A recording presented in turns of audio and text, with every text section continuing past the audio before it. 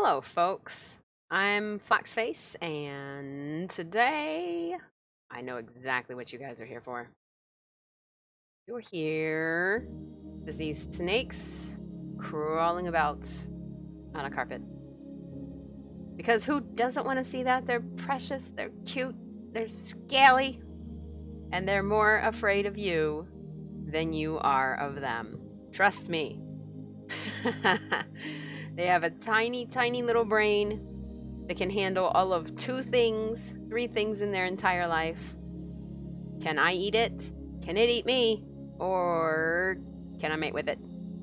Hey, President Crash, how are you doing, sir? Nice to see you in chat. I hope you're having a fantastic Saturday. Today's Saturday? Is today Saturday? Today's Saturday. I know what day it is. We're all in trouble. Alright, I am sure you want to see these little guys, so let's get to it. Alright, first up over here we have Miss Cinnabon, who is just staring. She's just staring. She's like, why was I brought out of my nice warm home and placed on this carpet, human? What are you doing to me? Why? Why is this a thing?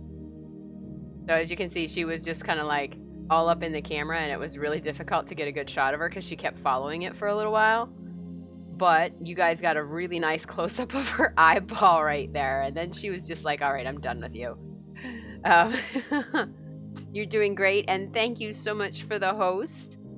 I do appreciate it. And she's like, just like, I'm gonna crawl off. You cannot stop me. I'm a snake. Wow, this is really out of focus, camera. What the heck? I think it's because she's blending in too much with the carpet because the colors are so similar. Anyway, Miss Cinnabon is a ball python. She's a morph known as a cinnamon, which is where she gets her name from. And as you can see, she is just like, I'm gonna crawl off. You can't stop me. I'm leaving. None of this nonsense. I don't want it. I'm glad to hear you're doing great though, Crash. But yeah, she oh, slip her out of the way, please. But yeah, she's just sort of like crawling along. Not a care in the world, because as far as she's concerned, if she's warm and she gets fed and I'm not gonna eat her, then you know, she's pretty happy with life. And yeah, the camera was having trouble focusing on her.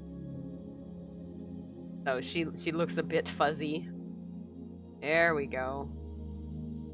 She's like, is good snack. Is not danger, Noodle. No worries.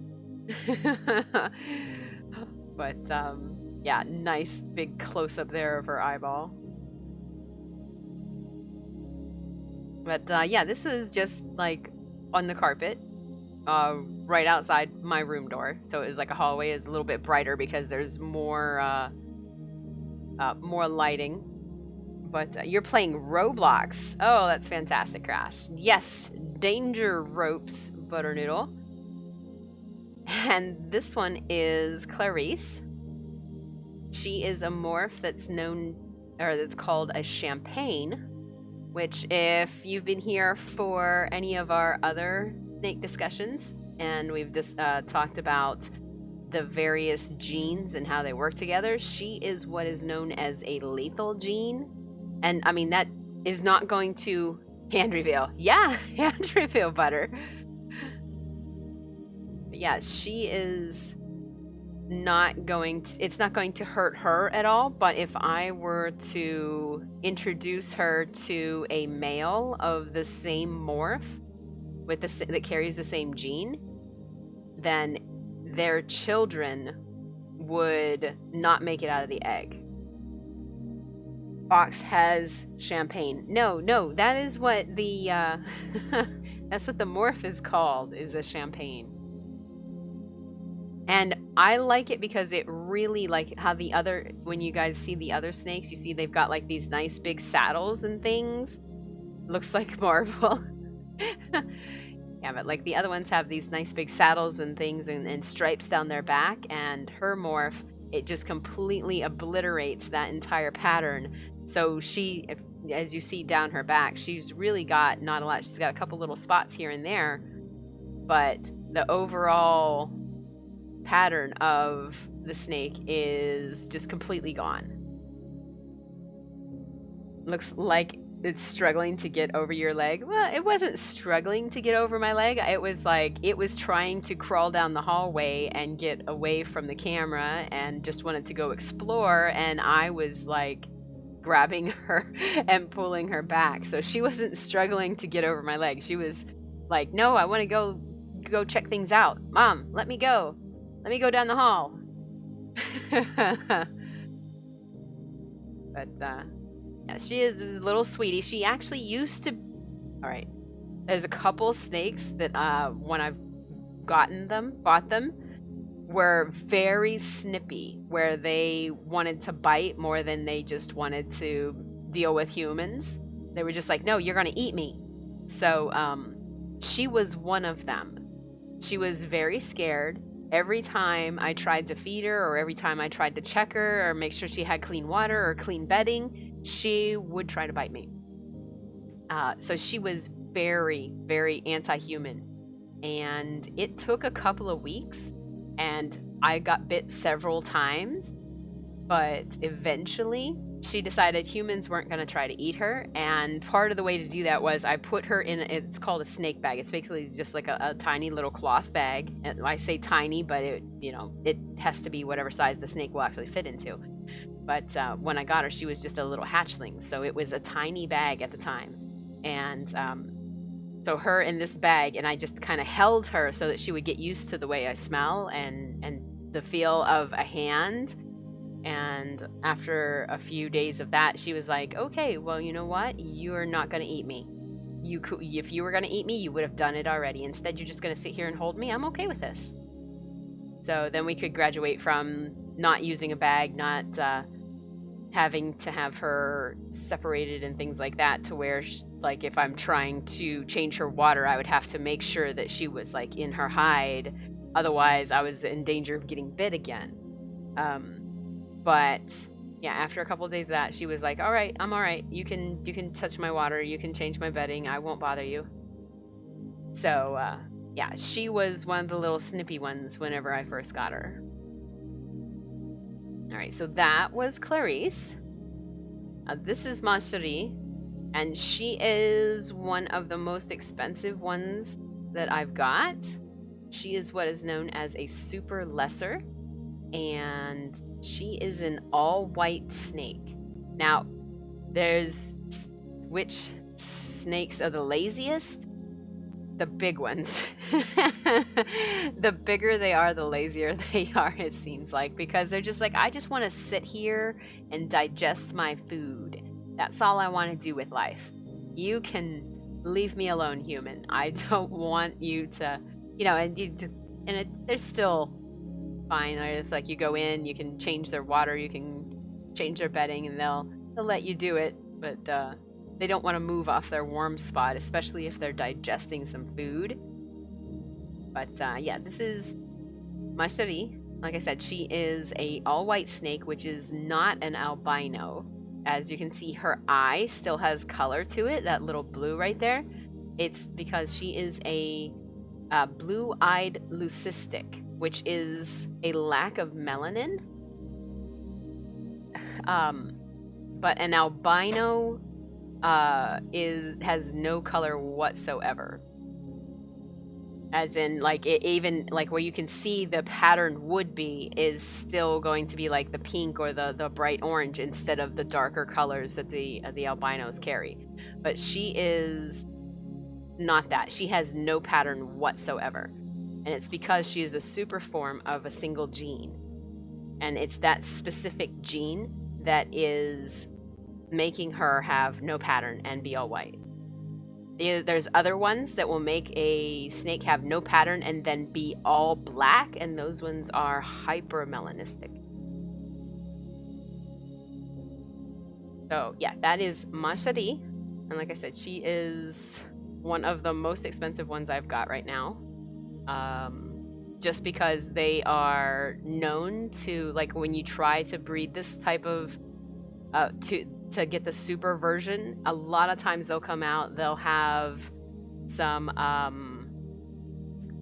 physical deformities, she has a minor one where like one eye is slightly smaller than the other one. But sometimes they'll come out, they'll have kinked spines and just other issues that affect their quality of life, whereas her one eye being slightly smaller is not affecting her quality of life. And there you can see like the one on the other side was bigger. Alright, so that was Matcha Tea. And she is a complete sweetheart, and actually the first ball python I ever got.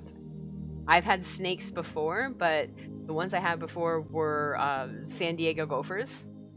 And in fact, one of them you guys haven't met yet is one eye is bigger rather than one eye is smaller. It's actually one eye is smaller. They normally have if you look at the other snakes, you'll notice that the one that is her larger eye is more in line with what the normal eyes look like.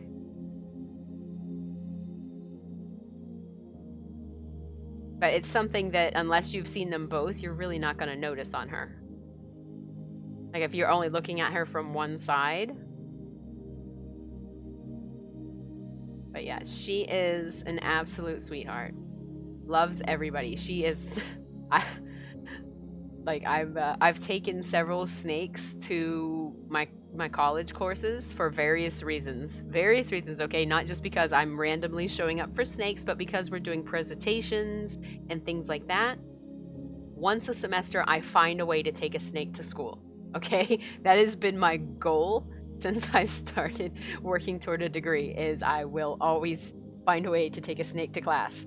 Well, she has gone to school several times, as have some of the others, but usually it's her that gets the most attention when I take her in, because holy cow, an all-white snake, I didn't know you could do that. And Danger Noodles are adorable. You're going back to talk to cow. Okay, Butter, don't worry. Anyhow, so that is Matcha Tea, and like I said, she loves people. Okay, and here is Opera, and there you can see like how large her eye is there, and she does not have any sort of deformity or anything like that. So that is the normal size. So you can tell that the one on Matcha Tea's face was just a slight bit smaller on the one side. But yes, this is Opera, and she was actually named after Phantom of the Opera because the gene that she's expressing visually is known as the Phantom gene. I'm hoping one day to be able to get her a boyfriend that will allow me to make what is called a mystic potion or a phantom potion. Dr. Sid, yes, slinkies. Scaly little slinkies with slithery tongues. Look at, but yeah, so this is Opera. And what makes her specific morph stand out is how dark she is, for one, because she's quite a bit darker than what a normal would be. And then as you can see down her back, she's almost got a completely unbroken stripe starting at just the base of her head. It's only got like one spot really that is, well, a couple spots there, but it's almost completely unbroken stripe, and then the little pattern on her side, like the little pretzels or saddles as I call them normally. Ma'am, do you mind? Keep your snoot to yourself. Boop. Boop incoming. But the little patterns on her side are all very small, and they're very self-contained. They're not really touching each other so that they're not blending into more than one little pretzel or one little circle. And that is very characteristic of the gene that she is expressing. Right, so that was Opera. As you can see, she's pretty long. I mean, I'm short. I'm 5'2", so whatever calculation you need to do to figure out how long my leg is, she is longer than that. But she's far from being the biggest one. She was very upset with me when I took her out. You see how she's like all just curled up and like just sitting there and like, I don't want to go anywhere. What are you doing? I don't feel like entertaining people today. Anyway, so that is Opera. And the final one I've got to show you guys for today is Sharona. This is Sharona. She is a pastel. As you can see, she is much brighter, lighter colored than the other ones that you guys have seen today. She almost completely lacks a stripe down her back, and what is there is really broken up. Hello, ma'am. How are you? Would you like to show us your snoot? Yeah? Maybe? But, and her saddles and pattern on her back are just sort of like all over the place. There's some that are going clear over, there's just other ones bleeding into each other. But, yes, so that is Sharona. She is 4 years old, I want to say. So she's old enough that I could be getting her a boyfriend in the very near future, in which case we might have egg watches if, you know, if they lay some eggs. Used to have a dog called Kaiser, and it means king in German. I did not know that, Crash. Thank you so much for that bit of information. But yes, if we start introducing these girls to boys, how interested would you guys be in like egg watch and whatnot? Eek snakes. Oh, Frederico, there's no worries. They are on strict rat and mouse diets. They do not eat squirrels. Hi Ross, how are you doing today? Nice to see you in chat. Egg cam, yeah, I would totally do an egg cam for you guys if that was something you guys were interested in. They do take approximately 60 days to start pipping, so I would wait until we were at the tail end to where you would actually be able to see like little snoots start poking out and things. What kind of snake is it? It is a ball python. Her name is Sharona, and she is a visual representation of the pastel gene, which is just making her a lot lighter in color than a snake that wouldn't have that gene. You can see there's like a little bit of cat fur on my leg there. Would there be a lot of eggs? There would be about 6 eggs. Low end, you'd be looking at 2 or 3. High end, you're looking at around 8 to 10 that they can lay. So I would think a good average, like general average, would be 6. Somebody left a little bit of shed skin right there. That was actually one of the snakes that came out. I think it was Clarice. She left a little piece of shed behind when I was done filming her. I should have picked that up. I'm sorry. But yeah, I've actually hatched out some Western hognoses here, which I'm not sure if you guys remember meeting them or remember seeing them, but of the 7 that are here right now, 6 were born here. And I've actually got pictures of them when they're pipping too, but I can put those up in the Discord later.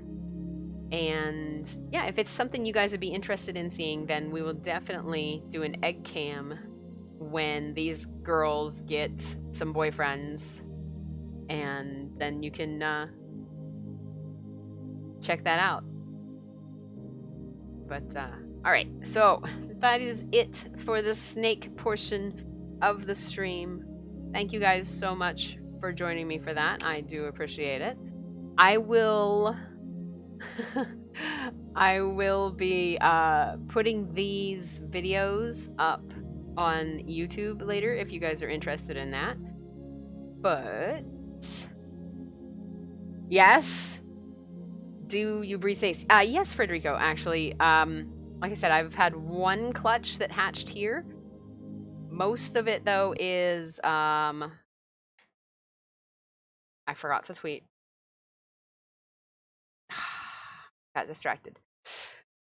But mostly the girls that I've got, I raised from hatchlings. and they need to be a specific size and a specific age before you're really going to want to start trying to breed them, because you don't want things to happen like them be egg bound and whatnot.